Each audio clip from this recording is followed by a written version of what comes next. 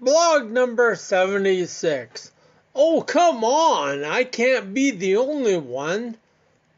It seems to me that one of the first thoughts to enter my mind upon receiving the diagnosis of spinal cerebellar ataxia was that I was all alone. The doctor told me that SCA was a rare neurological disease, and his words left me feeling much like a man on a long-forgotten desert island.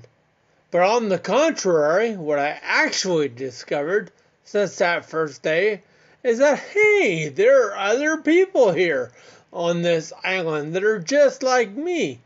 That although it is true that SCA is a rare disease, there are other people who have been and are currently walking in the same direction that I was headed, and who knew firsthand and truly understood what I was feeling right at that current moment. Even if some of the physical manifestations are not exactly the same, they could still relate. Now, this leads me to a place of deep reassurance and helped me to openly share my life and my struggles, the frustrations, the victories, and yes, even the humor that weaves through it all and binds us all together. It has been 13 years since my diagnosis, and I am still at this moment standing within this knowledge. And so, with that thought in mind, I decided to share with you all just a few of the everyday occurrences in my life to see if any of these are universal, more so than I thought they might be, or if I am indeed on a desert island where these events recurred. My reactions could, by any definition, be classified as extreme.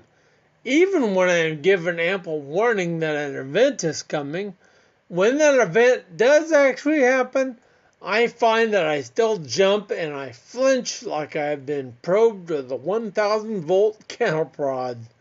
Sometimes I will be sitting in the passenger seat of our car with the window open, and I will have my arm propped up and resting on the windowsill. I will be told that the window is going to be rolled up, at which moment I have a world of time, or at least several moments, to remove my arm in a very normal and organized and safe manner. But I jerk almost every time. I pretty much have the same kind of reaction whenever I have my arm resting on the console between the two front car seats. Melissa will need to remove my arm so that she can access one of the items that lies inside the compartment. She will usually introduce the topic of me needing to move my arm in a very calm and soothing way by saying something like, "Now, you don't need to get all excited," but my usual response to this zero pressure, no time limit request is to exactly jerk my arm away as if I were being poked and prodded with a meat fork. The bathroom is yet another area in which I find that my life has become one that is, more often than not, explained with the liberal usage of several large exclamation marks. I really don't mean to slam the toilet seat open or drop the lid in a flurry, but it just always seems to happen this way. I find that through the combination efforts of losing my grip and not being able to correctly establish distances, that I am in a constant state of either dropping something or slamming closed cupboards, drawers, or the toilet lid. I even use more effort than necessary when sliding the plastic shower curtain open. Hey, if it was possible to make a loud crashing sound when a shower curtain was being closed, then I would most definitely be the one to make that happen. Luckily for me, the plastic shower curtain doesn't shatter like glass, or we might be having a different conversation right now. Probably something along the lines of being more medical in nature, if you'll follow me. Then there's always the dreaded waste can in the kitchen, with the lid on top that is pedal activated. I mean, it's a very nice feature, and also quite sanitary to have the garbage constantly covered, but the foot lever that springs the lid into action is a whole inch off the ground. Hey, this fractional distance may sound like an insignificant distance, and a floor to pedal ratio to be one of somewhat little consequence, but for me, the foot pedal may just as well go ahead and live up to its name and be a foot off the ground instead of just an inch, because when it comes to lifting my feet up onto the pedal, well, at this point, trial and error has shown me that there really isn't a whole lot of difference between the measuring up 1 foot and 1 inch. I also find that as a part of trying to engage the foot lever, I will first have to brace myself by holding onto the counter, and then back the can up against the wall in the kitchen island so that it won't slide around when I step on it. This maneuver is done in somewhat much of the same way, I imagine, as any respectable loan shark might do it, as he shoves you up against the wall to get your attention. Sometimes he will even bunch up the front of your shirt into his fist so he pushes you backwards. And I would use this additional helpful tactic if the trash can was only wearing an overcoat and had lapels. Sometimes when I have failed to properly secure the garbage can and it tries to escape by shooting out from under my feet for several attempts to depress the pedal, I chase it around the kitchen and I end up feeling like there's now no need for any further exercise that day. I feel as if I need to get into a rigorous training program just to prepare myself mentally and physically to use the trash can. I am currently 51, and I've had a sweet tooth, and my eyes are bigger than my stomach problem for, about, I say 51 years, give or take a day or two. The problem right now, as I see it, is that there is a limit to how big my eyes can grow. But currently, my stomach is undergoing a phenomenon that resembles urban expansion. I guess I can always buy larger sizes of clothing, but really, there is a limitation as to how big I can have my glasses become before they cross over to the realm of being referred to as a face mask. Anyway, that's the problem before me.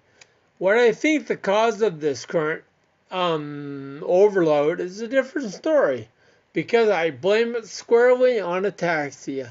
No, really, please stop your bickering and just hear me out. Because of the ataxia, I no longer work full-time, nor am I as active as I once was, and the same amount of food to intake is not necessary. My life has begun to take an appearance of an old gas carburetor. Do you remember what would happen if you fed them too much gas when you're trying to start the car? You would just keep pumping on that gas pedal until finally the car would just sputter, stutter, flood, and die. It wouldn't start. The car would then need to rest a few minutes, regain its composure, and the attempt could then once again be renewed. Well, that's me. I just keep pumping the food in until I finally sputter, I stutter, and I flood. I rest for a few minutes, and then I start all over again. Like most people, though, that face limited activity and function, my body requires less fuel, and so I need to respond and train myself to eat less. Although I have to say this would be a lot easier if my FCA would just work with me here and do something positive for once by helping me contact some kind of food related obstruction, maybe some form of macular degeneration. These days I have a very serious love-hate relationship with my shoes. For example, I love my walking shoes because they are light and sturdy, and they have an added benefit of staying on my feet. This is a huge benefit that I will get back to in just a minute. What do I hate about my walking shoes? The fact that I have to tie them. Tying my shoes is truly a paradox, because on one hand, I can make them fit very snug so that they won't come off, which is what I was talking about. But on the other hand, tying my shoes is very timely and cumbersome. I like the quick convenience of slipping into some of the other styles of shoes that I own, and being able to move on to my next agenda item without hunkering in for a long string tying process. But tying my shoes is good therapy for me. So you see why it's a mix of emotions to choose between the two styles of shoes. The slip-on shoes, though convenient, present a whole different problem all their own because they're not as tight on my feet and they have a tendency to come off at the worst times, which really could literally be any time, and will cause me to stumble and lose my balance. This has happened to me on numerous times, and now you see my dilemma and why I have a kind of a love-hate relationship with my shoes. I am currently thinking that the best solution for this may be to have a complete shoe tattooed onto each foot. But I have very sensitive feet, so I'd have to come up with a way to add some kind of barrier to the bottoms of my feet so that the whole walking thing would work, because I'd be going around barefoot. I wonder if tattooing a shoe sole with the rest of the shoe would work. These examples are just a few more of the everyday systematic effects of my SCA. I would love to hear from you, my friends. If you could relate to any of these, please leave me a comment.